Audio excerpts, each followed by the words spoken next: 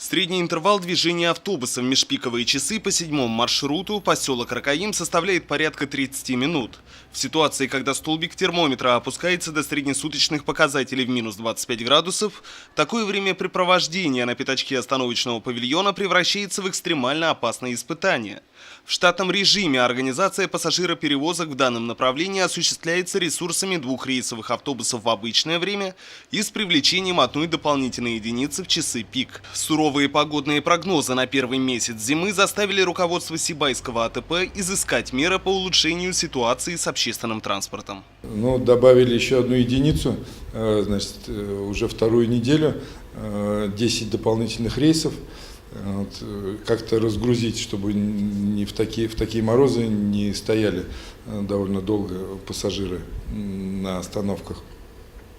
И у нас на сегодняшний день получается, что именно по 7-му маршруту в утренние часы выделяются 4 единицы в час пик, затем работают 3.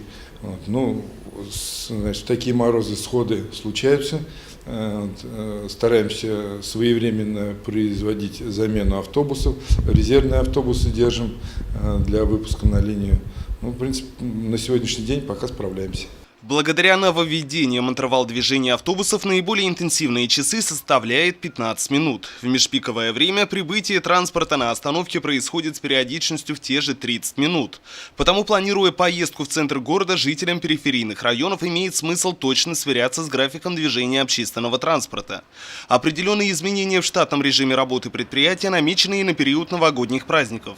Например, 19 января в православный праздник Крещения Господня будет организована перевозка пассажиров до городского пляжа реки Туяляс. Отдельный автобус будет выделен и на Рождество Христово. Ежегодно мы организовываем вывозку уже непосредственно от церкви, выделяем когда одну, когда 2 единицы, но в этом году планируем, что 2 единицы автобусов выделим.